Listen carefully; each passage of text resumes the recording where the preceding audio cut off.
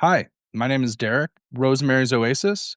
My wife Becca and I have a small suburban backyard farm that we plan to be expanding on, and we like to do this for our own personal health, but also to expand the health and wellness to others with homegrown food and stuff that we consider vetted through us as a high quality food, which does not have chemicals or anything like that. And we also use a lot of regenerative processes as much as we can. Try to take away as little as we're able and give back maybe a little bit more to the ecosystem. Providing habitats, things like that is very important to us.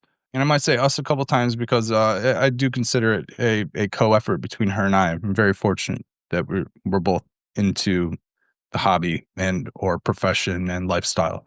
So Yeah, that's awesome to hear. I mean, at this point, as we sit here today, what's your favorite thing about farming?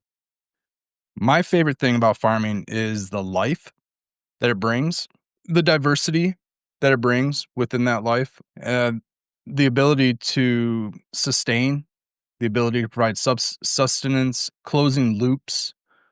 So, kind of, I guess if you could narrow it down, I think that my favorite part about farming is just the entire aspect of maybe permaculture. I know that's broad, but it's difficult to narrow down why I like farming because it all has to do with nature in general. It has to do with being outside. It has to do with helping community. It has to do with everything that I think that the soil also does in that same respect, heal all of us. When you got into farming, do you think you were looking for something that more aligned with your values, who you were? We were talking just offline. You said you're a DJ, and I mean, that could be amazing, but that has nothing to do with soil, nature, any of that stuff. And it could be awesome and fun in its own way. Was this a bit of a sidestep to say, I'm looking for something different at this age? Honestly, they both kind of went hand in hand along separate paths. Around the same time that I started DJing around 20 years ago was around the same time, call it 15 years ago, but around the same time that I started dibbing and dabbling into my first gardens and doing some things like preserving fruit and vegetables and pickles. One side of it was a little bit more of just me wanting to sustain, and the other side was me wanting to sustain as an entrepreneur. I didn't really think that making pickles would be the even though I was, trying to sell some vegetables and some things like that, I wasn't seeing how growing peppers and tomatoes would have sustained me as much as when I was starting my own business in sound and audio and things like that. Now, it is interesting how they went hand in hand, but I think that one of the other things that I really like is just farming, gardening, any of that kind of stuff where I'm just out in the field or even in a grow room or some area where I'm hands-on and doing something. I'm usually doing it with intention and by myself, and a lot of times I'm listening to music. So, there is a big crossover there in as far as we have, speakers in our backyard and on our farm, and we play a lot of music, not just for us, but just for the plants and animals that are out there too, whether or not they care. Maybe it helps, maybe it doesn't, but it sure doesn't hurt the ecosystem, that's for sure. So, I do like to consider it maybe somewhat of a coexistence. But yeah, it is strange that I do both interchangeably. Now, the one being on the weekends, most weddings, events, things like that are on the weekends. That has, I'm having to change a lot of my focus for that respect. I'm having to change a lot of my focus, wanting to do more farmers markets, and things like that. So we have a large transition ahead of us. We also stem from and coming out of the cannabis industry as well. Not coming out of so much, we're cannabis caregivers in Michigan. So there's also a big crossover there between that and farming. And I've also kind of been doing, I guess you could say all three is growing cannabis alongside of fruits, vegetables, and being a DJ at the same time. So maybe there's a crossover between music and cannabis as well. Could probably say that. I'm sure there is there, Fish, Grateful Dead. There's a lot of Absolutely. Yeah, totally. crossover, right? If push came to shove and you went all in, And you can only go all in on one hand here. You have, so his hand's got one set of options, his hand's got another set of options. Where could you make more money? DJ, farming. Right off the bat, today, if I had to go out and get some gigs and do that, it would probably be DJing just based on my experience and availability for a high dollar paying job. Do you think if you put the same effort into both, so is that you and two parallel universes, each working as hard as they can, where after a year, who do you, and if we only cared about the bank account, who do you think would be ahead? Well, am I starting off with all of the equipment and everything I need to go because there is an investment that Yeah, I need to yeah, make. So, we'll say um, you have minimum viable equipment for both paths, and let's say, I know you have 20 years of experience as a DJ, but let's just kind of assume that you're equally experienced as a farmer. it's a tough route because I feel I could be more successful and probably get more money 52 It's a toss up because it depends on the gig. If I'm DJing only weddings, I could probably get away with maybe making more money. But I'm hearing some farmers making some really good numbers at a single farmers market on a similar size, we're only working on a tenth of an acre, and we do want to, and that's our gardens. That's like our fenced in garden size. That's not our growing space. There's pathways included in that. So we're growing on a smaller portion than that at the moment. We do plan to expand, in which we were planning to do this a couple years ago, and some other, life happens. We had actually had a baby in this last year. So we did change our focus. But if push came to shove, I would have to go out and probably grab some DJ gigs. But our main focus right now is farming. And so push coming to shove would be putting our all into farming, mainly because we rely so much on our own food supply. And I would, I would have to go down that capital is many different, comes in many different forms. And I would have to say that, the capital that I'm going to get from food is just what I'm going to save in the groceries alone. Yeah, I'm going to have to spend some money to do this or that, but we eat a lot of what we grow. We try to eat in season, and dietary restrictions, just on a personal level. My wife has type 1 diabetes, and I have dietary restrictions, arthritis, heavy inflammation, and things like that, where we have a very narrow food diet anyways. So I would probably put my focus and effort into farming. And that's why we do, and why we have over the past couple years made it a focus in that respect, and have done more farming gigs, more not farming gigs, but More like it's a time DJ to the gig, farming more side. time to the farm than promoting our DJ business. Yep. Yeah, I'm always curious in that because I'm with you on the multi forms of capital you get from any business. It's not just all about the money, but the money is a big part of it. And Yes. there's a lot of people that have successful careers that aren't farming that move into farming, and that switch and maybe that turning off of the money supply, or at least turning the spigot down and reducing the flow of the money supply, is always interesting to me because there's trade-offs that come with that. It can bring strain, it can bring stress and all that. So do you, and I know you've talked with Alec and you've heard his story, there's this whole, I have one foot, keeping the steady income going, one foot building up the farm. What's been your all's approach in terms of doing that? Is DJing one of those things where that keeps that side of the cash flow wheel just moving while we can get the farm up and going? How do you view the two? I don't know what you did. I mean, you mentioned cannabis. That could be hugely successful. Is money a concern here? Because I think that's the root of a lot of people's journeys and where they struggle to find their way early on because they have these financial requirements. And I'm interested in farming. How can I get the farm and the financial requirements to zip together so there's not total harmony, but enough harmony that I don't go insane or crazy? Yeah, no, it has been a slow progress as far as our growth to market goes. Last year, we did one farmer's market, and that was during the week. So we had weekends available. We had weekends available to do other events, DJing gigs. We did a booth at a festival. We do some stuff with handmade goods and, some stuff with we make hair oil. My wife has a really great hair oil recipe. So we also do some consider them cottage foods, some things like that, dried herbs, teas. We're into herbalism, so not just the cannabis side of herbalism, but calendula and, even orange flavored yarrow and things like that, where we get a lot of fragrance and call them terpenes, or medicinal compounds and things like that. Try to put them into other products, maybe a value added product, or just hope to find somebody who also makes value added products and just be a farmer for their products. So we like to do things like festivals. We like to do things like again, tying it in with music, I suppose. Music type festivals. This one was a eco festival in the Irish Hills region of Michigan. We're in the southeast Michigan near Ann Arbor. I'd say go blue. Not a huge football fan, but in that region. And so if you're familiar, we're just climbing out of our freeze.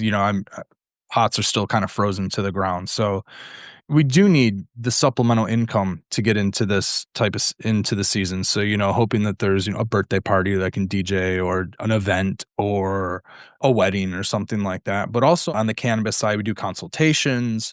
I wouldn't consider us pro vegetable farmers to get into that, but we have worked soil and we're definitely, learning permaculture and things like that and wanting to get into the consultation side there. But there's a consultations from cannabis that does help, and that does help boost income, and that does help, especially during the winter months and during those parts in the summer. But we have really put that focus into farming. And, last year we started growing microgreens. We started, like I said, doing some other cottage type foods. And I wouldn't say that it's enough to throw the towel in on all of the other stuff yet. But I can definitely see where if we can get ourselves into a couple good markets and really focus on direct sales, direct two-person sales, I really think that we could fulfill some small batch orders with our microgreens, and we have been doing really well through family. Thankfully, word of mouth goes a long way. People go to the gym and people have jobs and things like that, so we're able to have a little bit of cash flow there through the off season with microgreens. But getting back into the farmers market, we really hope to get into the ultra competitive Ann Arbor market. And I say ultra competitive, we're in the Washtenaw County area, and there's a lot of farms in Washtenaw County, but there's also a lot of restaurants and a lot of fiscal capital.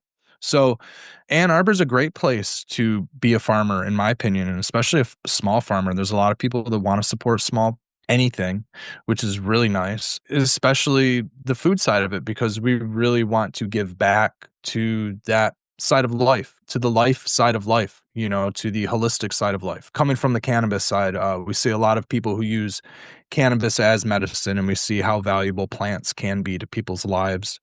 I'll save everybody the whole note and pamphlet cannabis, thing, but it is very helpful for a lot of people, and I see it firsthand. So I do believe that food is medicine just the same as cannabis. So in that sense, I would hope that one day we're able to only focus on food growing and not have to rely on DJing gigs or any of the other stuff. I shouldn't say just food, but focus on farming in general. So if we fast forward ahead 2, 3 years, the goal would be farming with a big focus on the edible food side of things with some tangential things in like herbalism and that type of thing. Yeah, and we would really hemp also would probably take over the high THC side of things, just based on the current USDA market and where things are currently with Michigan, and the market has been far more restrictive lately, even though it's more legal. So we also value the high CBD side of things. But yeah, getting into the food and also the focus on like the flowers. A couple years ago we grew flowers for our wedding. Most of the flowers we grew in our back, 90% of the flowers we grow in our backyard. Fortunately, Becca has an aunt who was a florist a long time ago. And so she has experience like wrapping up boutonnieres and corsages and making very beautiful bouquets. So she made Becca's bouquet. Well, let me ask you this. You have a lot of irons in the fire. So if I look at it, Sure. and there's the cottage type stuff, so the herbalism, you have the DJing, there's the whole cannabis side. There's flowers, microgreens, which I'll separate from veg, like field crop veg. There's veg. Do you find that's manageable? And would it be manageable at scale? So if you went from a tenth of an acre to half of an acre to get where there's more volume to produce income producing crops, would you have to pare that down? What are your thoughts on just managing all this and focus? That's actually, like you said, maybe a 2, 3 year goal is to actually have our expansion at about a half a acre or maybe even a little bit more than that. It's about an hour from us. We have another property. It's just shy of 2 acres. There's a building there where currently we grow personal cannabis and stuff, and that's where we were kind of growing for our caregivers. But anyways, long story short, we would like to utilize that building to expand microgreens, indoor cultivation for seed starting and things like that, early season, just base nursery crops, and then utilize the land that we have. We have a very high volume road, and we would like to use the building and road as like kind of a food stand, food plot area and build out that existing, let's say, small acreage into a more obtainable market farm. That's at the place an hour away. That's about an hour away from our home. And so, again, more irons in the fire, Diego. We want to move. We want to sell our home here and sell what we have built here because that is an hour away. And it is an even bigger feat to try to do that. I haven't really been able to break ground, and like we have a silage tarp. We got some things going, but then we got pregnant and we had to start focusing on some other things. So we didn't really get a chance to break any ground there. And so we put all of our focus here at home. We were able to still feed the farmers market and do what we needed to do and bring in some more cash flow here at home, even during pregnancy. While my wife was going through that, as needing as much rest as she needed, she was running 12 marathons, not just one, because she was also hustling and bustling. I give her a ton of credit for putting it out through the summer months and what we did just here. But the idea would be to expand there, sell our home here, and hopefully either move there or move closer there. If we could add on to the current building that we have, that would be the most ideal situation. There's also surrounding acreage, and I'd love to obtain the surrounding acreage. So we have, let's say, pipe dreams, but for right now, the goal is to learn as much as we can because this is, again, our main source of cash flow is other things right now, like DJing and consulting and things like that. So we need to focus on what we have and expand as we can. And with raising a family, it has been slow motion in the last year. We hope to regain the momentum that we were getting, but it all comes in a lot of baby steps, Sure. Diego. And I'll tell you the most few, and I would say restrictive for me personally would be time management, trying to do that while everything that's going on around here. So focusing on just organization. The biggest thing is, decluttering our lives, decluttering our area, and turning everything more oriented to be able to run a seamless operation as a farm and separate the business from life at home because we are working from home. What would your response be if I said, you have a 6-month-old, can make a living DJing really just weekends? You do the cannabis consulting, which is not, well, it's not probably not a 40-hour week job right there. Why not do those and just garden for yourself for your own cash flow? Seems like life could be simpler. What would your response be? Yeah, I mean, that kind of keeps, I guess that puts me in a similar situation where I'm at right now. I think that I really want to do the farming thing as the full-time gig. I do enjoy DJing, but to be honest, Diego, as far as, I mean, even if it was a small pay cut, I think that I'd be happier being able to, have my family around the farm and do things like that. It is a little bit of a different lifestyle doing gigs. It's much later work. Yeah. DJing keeps you up till 2 in the morning. Sometimes you gotta pick up bar gigs. I don't drink alcohol much anymore. You get stuff spilled on your equipment. Equipment is expensive. If you do blow a speaker, you're talking hundreds of dollars as opposed to maybe hundreds of dollars in seeds that might go a really long way. Let me ask this, and this isn't to these are challenging questions, not because I think your path is wrong, just because I'm I curious about I like the with direction that. that we're going. No, it's really cool. I like challenging my So, ethos. It's so nice. if I was to say, then it doesn't sound like you hate DJing. No, not at It's not, all. It but is a it's passion. not optimum. So I look at that as like, yeah, I'm up to 2, but maybe that's 2 nights a week. The other 5 nights, I can be home. Not a huge sacrifice. No, not at all. And you could just have like an amazing homestead with the kids around that. I say this as somebody, this will be edited out when people hear this or see this, but like my 2 kids just popped in. So I have 3 kids, older, almost all 10 or older. And so I totally get the chaos that can come with that. And I'm trying to, at my stage of life, simplify because I know how fast those 10 years for all of them have gone by. And I don't want to miss the next 10 with any of them. Yeah. So fortunately, I'm at a spot where, hey, I have some stuff that works, but I'm also an idea junkie addict where it doesn't take much for a little seed of an idea to grow to be like, yes, I'm all in. But I've really tried to like pull those things at the thread stage and get rid of those Yeah. ideas and just say, hey, there's main things. And it like, is this more important to spend than to do something else? That's where my perspective comes of. I guess the next question that I would say is, why do you think you'd necessarily love farming more full time? So, like, envision a full time farm operation where you're the full time farmer and you've dropped DJing, and let's just say you dropped the consulting. Hmm. Why do you think that would be better? So I got into DJing for a profession for a really long time. I was doing other things. I was working in restaurants, working in bars, working very late hours, managing bars and restaurants. When I started DJing weddings, even though people were drinking and things, it was a similar, party. I felt that what I was contributing to was a longevity. People get married, they're having a great experience. They're going to remember that. They're going to remember the music played at their wedding. I would hope that those people stay together. Whatever happens, happens. But I would hope that those people stay together. And for that one experience, they're always going to remember their wedding for the rest of their life.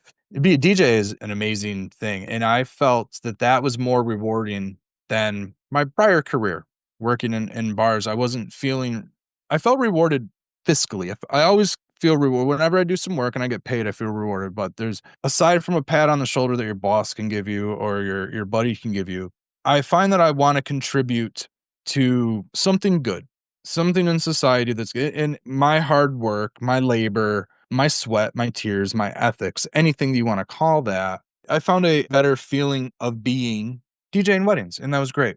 Now that I'm farming and I'm giving people food and I'm giving people sustenance, and I know Becca's need for food, for clean food, healthy food, my need for clean food, healthy food, and that I've seen people with tears, with medicine grown by us that helps them. I feel even better than when I would DJ weddings, knowing that these people would remember this for the rest of their life. I feel like when I farm and I'm growing food and people eat and they consume that, they're getting more than my hard day's work.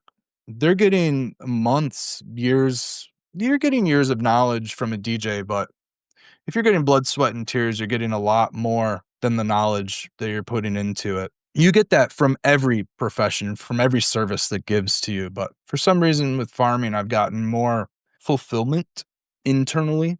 And I think that that's why I focus on this route, why we are making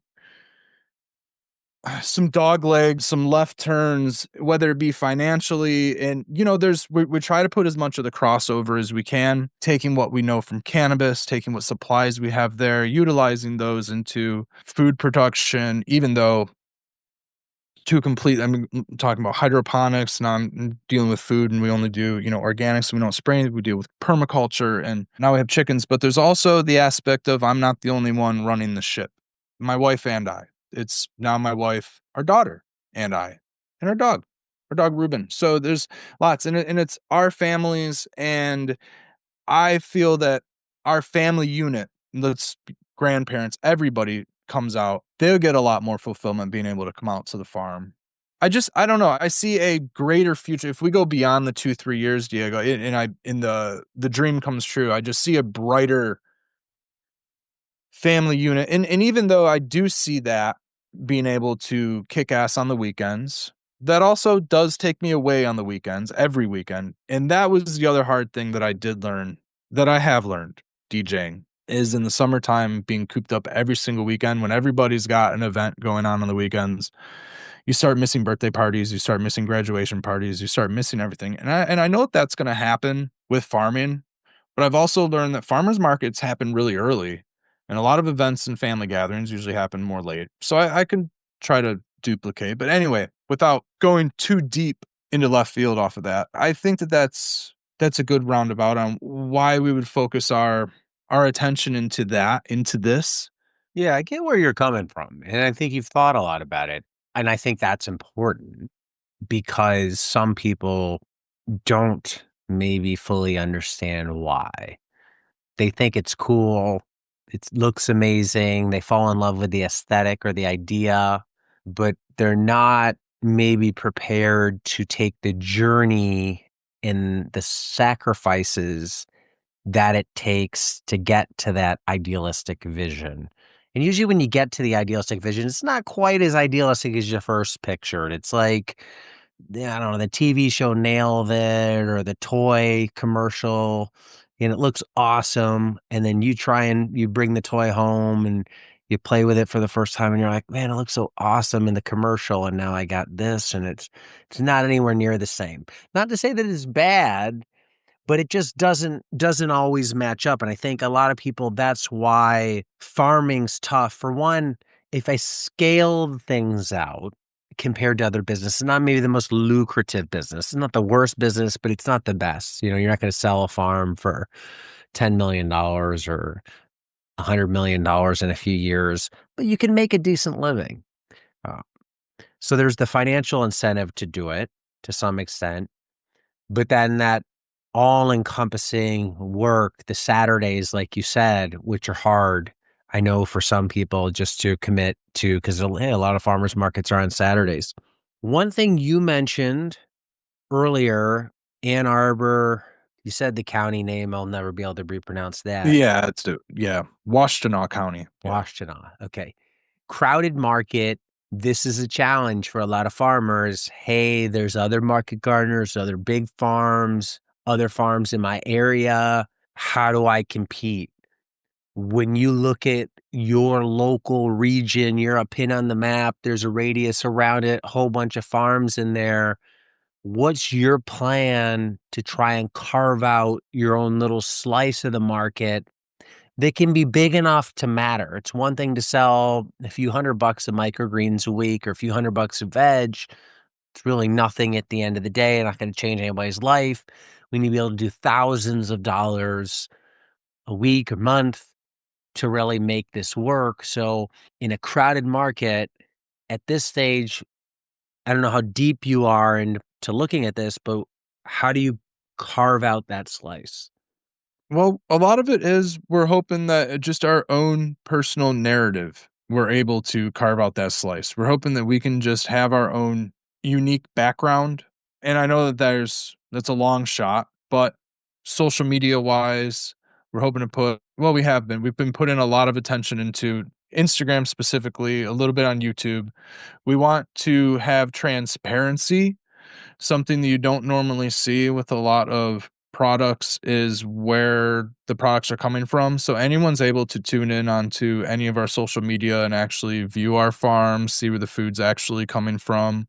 We want to be able to direct face talk to our consumers as much as we are able to. If the farm grows and we have other people doing the talking for us, we want them to be able to represent our values as much as possible. And we're hoping that the fact that our knowledge in permaculture and being able to grow food without having to use pesticides, without having to really bring in external inputs. We use a little bit of compost in the beginning of the season. Everything else is built on site, and even in our small yard, we'll help our neighbors and gather some stuff. But really, everything's closed loop within. And so we really hope to try to expand that knowledge. And even though that knowledge isn't out there as much, we hope to at least grab that little corner of the market that is looking for maybe better than organic. That might not apply to the stuff that's grown indoors specifically until we're really using our own compost and stuff like that for that. But again, the Irish Hills region has a slightly different soil. It's a little bit different than the rest of Michigan. It has a little bit of a higher grade. That's where It's you are more like now or where the place so is an hour away? that's where the place is an hour away. So we're also trying to hope to use that into our sales and marketing. The Irish Hills region Have a farmer's market would be closer to where you live now or closer to there? have a farmer's market closer to where we live now.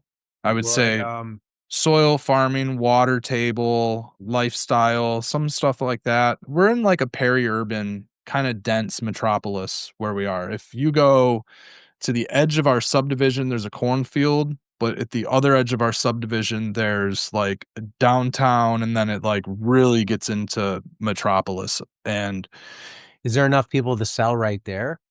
absolutely, there's probably enough people to sell just in our neighborhood alone, direct to consumer. Further we That's the get out, curious thing. You mentioned at the other place, hey, really busy road, yeah, farm stand. I mean, I'm always intrigued by that because it's not direct competition. Like you show up at a farmer's market, and I've been going to one recently a bit because one of my daughters goes once a month, and I take her, and I'm really like watching the whole veg scene there. You show up at a farmer's market, you might be one of, I'd say at our farmer's market, there's 10 to 15 veg vendors. mhm, Pretty much the same stuff. So differentiation at the market, pretty much impossible unless it's, it's just extreme. Hey, we'll make our tent look different, but you're not going to do it crop wise, maybe with display and stuff. And when you say farm stand, I like that because, hey, I just throw it up. So I think in, crowded areas, especially when you have values that you're mentioning, like, hey, here's what we stand for. A lot of times the people around you maybe share those values because a lot of times values are regional. And maybe there's something there, right, that you could sell within that region or something. But because I think that's the other hard part about this. It's easy to grow the veg, relatively speaking, hard to find enough people to buy it. I think yeah. at least that's the challenge for a lot of people. I agree, and we've had our own difficulties with that. We definitely have noticed the competition at the market. One thing that I did notice that we had different than other people was hot peppers.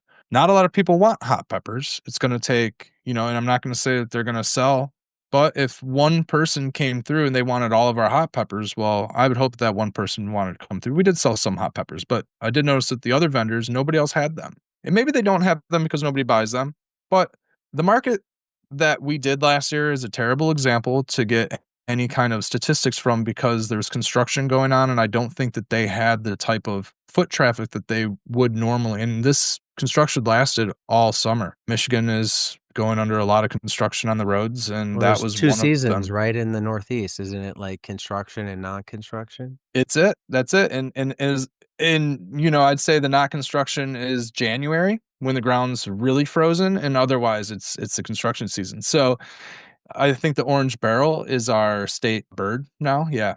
So, yeah, not to get too far off topic, but the idea for us to really to survive, to stay afloat, to get rid of everything that we can grow, we have a couple plans, and one is the food stand, thankfully, wouldn't be our only source of income, and I say food stand just because it's an added, I guess, source of rev something that we don't really need to attend to. Now, if we're doing cottage foods, we have to do a face to face, but we can climb that hurdle when we get to it. Maybe we put a doorbell or something on it and people can ring for service. I don't know. There's lots of ideas, but the main one would be that would just exist, right? A food stand. Agricultural products are good to go in Michigan. So people can get those as self serve. And then we can do maybe some, fortunately, in the Irish Hills area, even though it's not as much of a metropolis with the foot traffic of the markets that this area has, the area does have the weekend getaway scene. So in the summertime out there, there's 52 little lakes And every one of those lakes has $1 million home, sub $1 million homes all over it. So you get a lot of fiscal capital just in the region coming out to go to the summer homes. They're all looking for something to do. They're all looking for maybe a market to go to. They're all looking for a restaurant or a bar, and there's a few of them down there. And there's wineries. What I really like about the Irish Hills region is it's very hilly, has all these lakes, and it was carved out by the glaciers. Call it 10,000 years ago or whenever that recession happened, and we have an incredible amount of piled up basalt and very good glacial mineral rock dust formations there, sand, clay. It's excellent mineral wise. And so this little region there would be Michigan, has a nice wine region in northern Michigan along the north end of the peninsula near the tip where Lake Michigan and Lake Huron kind of meet. South of the northern peninsula, there's a really nice wine region. Along the west coast of the state, there's lots of dunes, a lot of nice wine region there, but in the Irish Hills region, and I guess I'll use Michigan map. This is the Michigan map, the hand of Michigan, right? And so we're like down here in the middle, and it's like another mountain. We're at about 1,000 feet elevation in the Irish Hills region, where I'm only an hour away, and we're down around 500 feet where I'm at. So it only goes up about a 500-foot elevation, but it is a completely different terroir. It's a completely different growing environment. So Yeah. also a completely different population density and everything. And like I said, in the summertime, it does pick up out there. I So an would want alternative to. market to try and sell stuff to, and that's usually the market that most veg growers are going to want is affluent, disposable income, into healthier eating, urban center, or at least culture center, I'll say, where people really cut their teeth in this. It's hard to make money selling low income at this with this type of crops. What about the microgreens you're selling? What's been your reception to that? Some places it flies off the shelf because it's just not, it's new or novel. Some places it's already saturated. Some places it's not saturated and they don't know what it is or care what it is. What have you seen? At the farmer's market, we've seen, let's say it's been like kind of a 50-50, where a lot of people actually do kind of know what they are. They're ready to grab them. They already know what they want. They're asking if you have that one specifically. And if you do, they're getting two of them. Whereas the other half people really have no idea what they are. And I would also say that of the ones that do know, again, like a probably a 80-20, where 80% of the majority is younger crowd, I'd say 40 and younger, whereas those maybe 40 and older are probably the lower 20% making rounds on getting some microgreens. And I'm having to do a lot more educating on some people. And honestly, once they catch on to, longer shelf life and higher nutrition per volume, mineral density per volume, once they're able to catch on to those kind of couple things, it's usually a quick sell and they Yeah. understand. Did you sell anything else at the market besides the microgreens?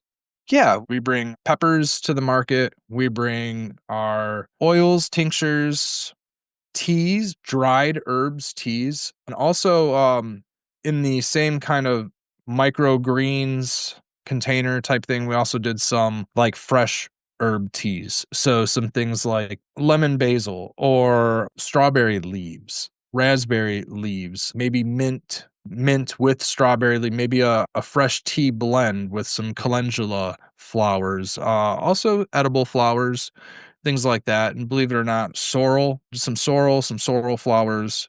What's your highest volume dollar-wise seller throughout the season? What comes to mind is, hey, if we had to say what we sold the most dollars worth, what is it out of all that stuff?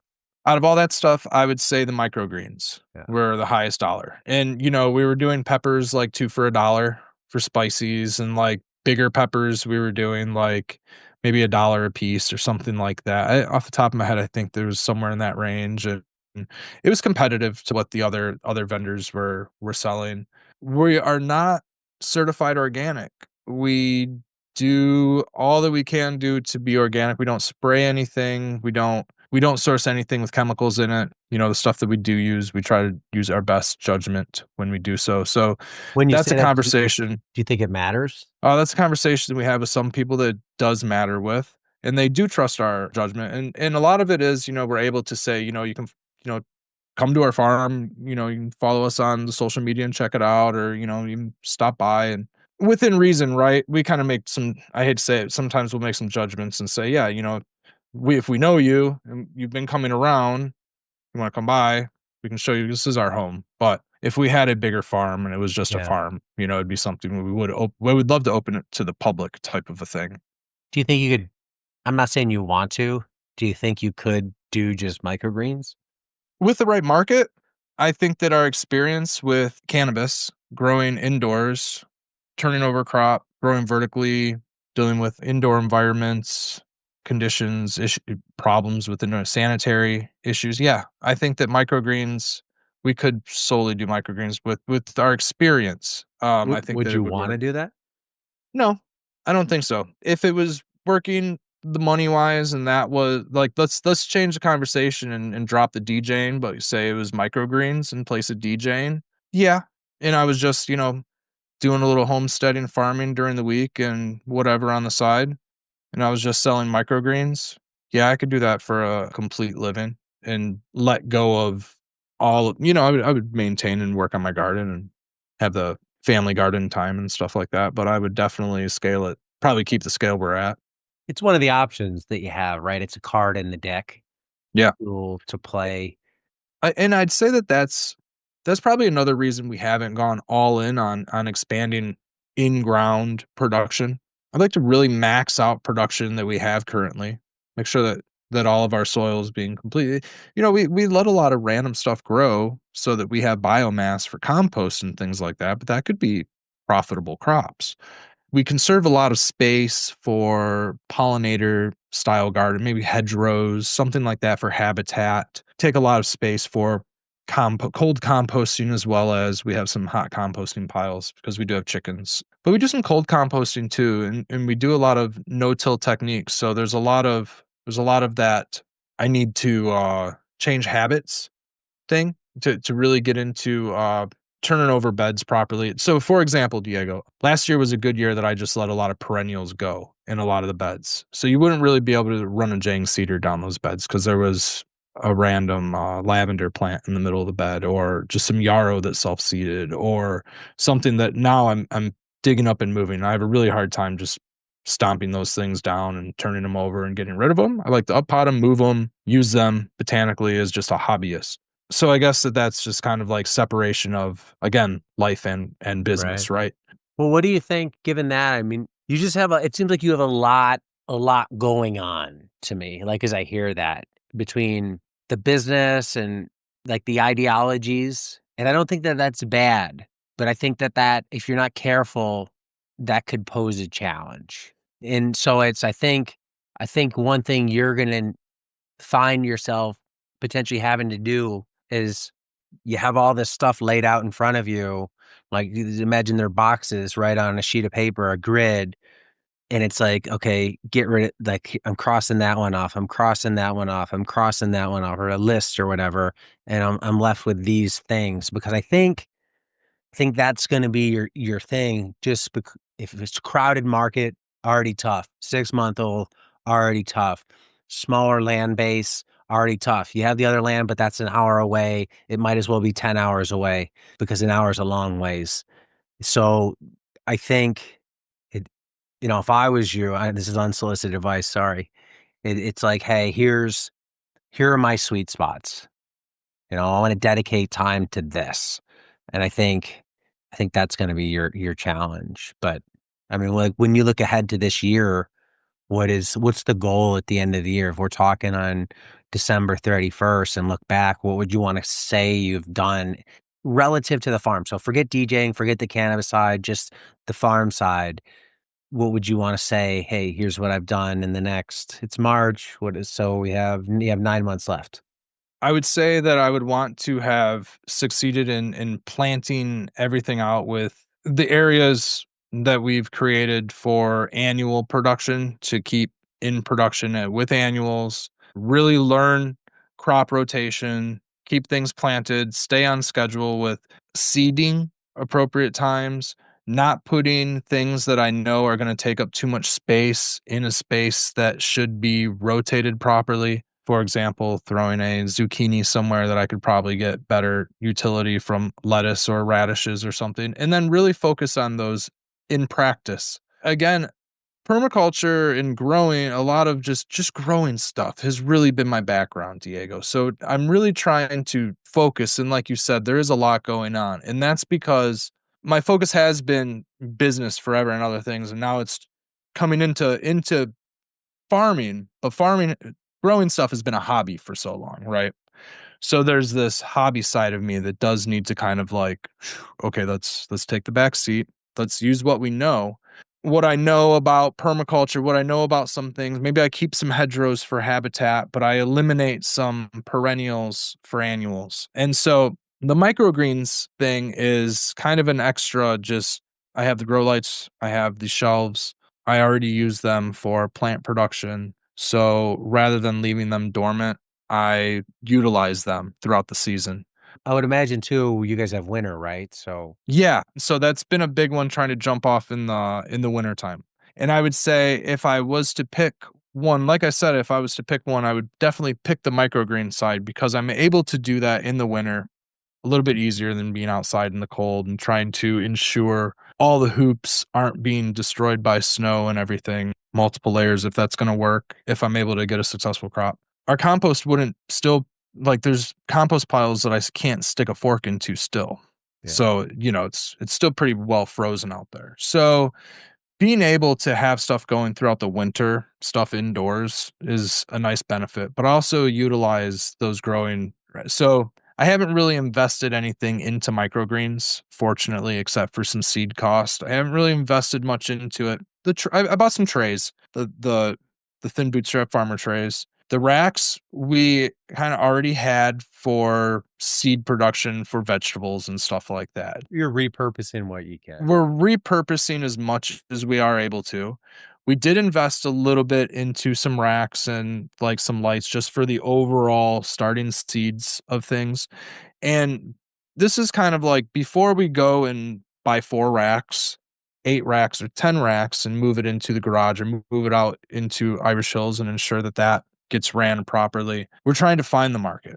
And so, like I said, we've been able to find a little bit of the market through the what's nice is the farmer's market has an online subscription model. So that's kind of cool. We're trying to get into some, but we are definitely just tiptoeing our feet into farming for cash flow, farming for a living. We're definitely tiptoeing our feet into focusing and narrowing our focus. It's one of the other things that we also did last year.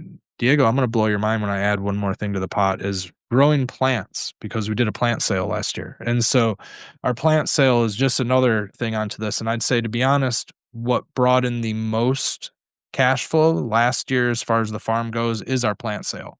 I'm Um, not surprised, and I think that's another thing, but I don't think it's that far out of the inner circle to be, it's not like you're DJing, but hey, I also drive truck. Um, it's close enough, and I was gonna have somebody on, and we just couldn't work out a time that does a huge plant sale, and same thing, they crush it, and they can basically pay for all of their starts throughout the whole season, all their soil through the whole season just with a plant sale. And you think, I don't know why more farmers don't do this. You have the space, you might have the space, you have the infrastructure, you're in an environment where people want to buy seedlings. Like you go to Home Depot yeah, now in California, 1 3-inch pot organic tomato is like $6, yeah, 5.98. You sell them for 4. You probably have a quarter into that at the end of the day. I mean, there's a lot of margin there. You have to plan ahead. You have to sell them all. But I think in areas, I grew up in upstate New York and I worked at Home Depot back in the day. And right around Memorial Day, it was like all hands on deck in the garden center back then because people, came out of hibernation and was like, let's plant a whole bunch of stuff. And I can just see those types of communities just buying stuff. So I love the idea of that as a value add that seems easier to me from the outside to implement than like pickles, right? Or bread. That's a kind of different thing where yeah. you're already starting plants will just start a lot more. Right. Yeah, I love that. I made the most money for you guys? Last year, it did. Yeah, I really hope to expand the veg side so that it is more of like a 50-50. But I really like nursery work. I enjoy growing things from seed. I enjoy up potting and doing all that. It's busy work for me, and I enjoy all of that kind of stuff. With your knowledge in that type of stuff and selling the value add, do you think there's enough demand to do, like, classes and sell plants around the herbalism side of things, Absolutely, tea making and absolutely. stuff? 'Cause I found I'm blanking on their name, I'm sorry if you're listening. Somebody here in San Diego who I talked to who did something like this, smaller land base, and they were doing a lot of classes, and Mm. it brought in a lot of cash flow for them. It fits in with their operation. They're already growing stuff. It was another way to reach the community, gets people out to the where they're at. Then they buy some stuff that they've grown. And I think there's just a thirst for that now. And even if you're not a farming expert compared to whoever you might deem an expert, if you have a lot of knowledge in these more niche subjects, that's oftentimes way more than the average person who's like, oh, I'd like to learn how to grow my own tea, make my own tea, and take home a couple plants that I can plant and just snip it off. You see that a lot actually in the cannabis industry. A lot of grow stores will bring in people, they'll have horticultural classes and they'll teach people how to clone, for example, Yeah. propagate, or just simple up potting, or just the light cycles of the plant, things like photoperiod cycles of the plant. I would imagine there's a huge demand for that. I've been told by a lot of people, hey, you should teach this or that or the other. And over the years, I've done a lot of podcasting in the cannabis scene, and so a lot of consultations through online work with cannabis, but not so much in herbalism. And that would definitely be up my wife's alley, would be up like flowers and medicinal flowers and the herbalism thing. And a big part of that, Diego, is just not wanting to see stuff go to waste. Obviously, we chop back a lot of our pollinators and our flowers and let a lot of stuff contribute to our soil, but we like to see flowers and stuff go to other people's homes. I'd like to see, some of our flowers on your kitchen table if I came over, or be able to bring them over to you for a gift or something. And so just having all of that around is a big value add in many ways, gifts and things like that. But also, I heard JM Fortier say that, the farmer's market is where you just bring what you have. When we signed up for the farmer's market last year, we were signing up for a few of them prior to my wife getting pregnant. And once my wife got pregnant, some things started to slow down, but we still got accepted into a market, and we were unsure whether or not there's almost, the same timing. Are we going to do the market, or are we just going to focus on some other things? And we were like, well, let's do the market, even though we were still focusing on some other things. And we weren't sure how we were going to do it. Yeah, we had some microgreens, some trays of microgreens we could bring, but we didn't really know what else. So the idea was, that line that JM said was, just market is just bring what you have. Well, we just went out in the back and we just started grabbing what we could. Some of the random stuff comes in, but Well, I mean, I think in that the end, it worked out. Go ahead, sorry. yeah, you have a lot of options, Yeah. and it's clear you have a lot of passion. You have the intention. I think it all is coming from a really good place, and I wanna see you succeed. Well, And I thanks, think man. and Appreciate and that. and it's a cr I know how hard it is from talking to so many people and seeing people, and there's crowded markets and all that. And so that's why this conversation, like I've looked at it as like, hey, there's an exploration of many ways that you can end up at, quote, farming, whatever that looks like at the end of the day. And it's not always this linear path of I'm going to do what they said in the Market Gardener book and, I'm going to have that thing at the end. But there's a lot of unique skill sets, advantages that we all have to our context, our location. And so, yeah, I think there's a lot of directions y'all could potentially go in. So I appreciate you sharing it for people that want to follow along on the journey. You said you put a lot on social media. Where can they go find you? Yeah, everything on that respect is all at Rosemary's Oasis. Rosemary's Oasis at YouTube and on Instagram for right now, and myself and usually my wife Becca's mostly adminning that and doing a lot of the work there. And who's But I like Rosemary? to so there's a little bit of a little alluding to the Grateful Dead music. You brought up the Grateful Dead there. So there's a song called Rosemary that the Grateful Dead plays, and it's about a garden. It's about a secret garden. And then my grandmother's name is Rose. And the roses are very popular in the Grateful Dead universe. And there's also her middle name, Rosemary. So Rosemary, and we thought it was suiting.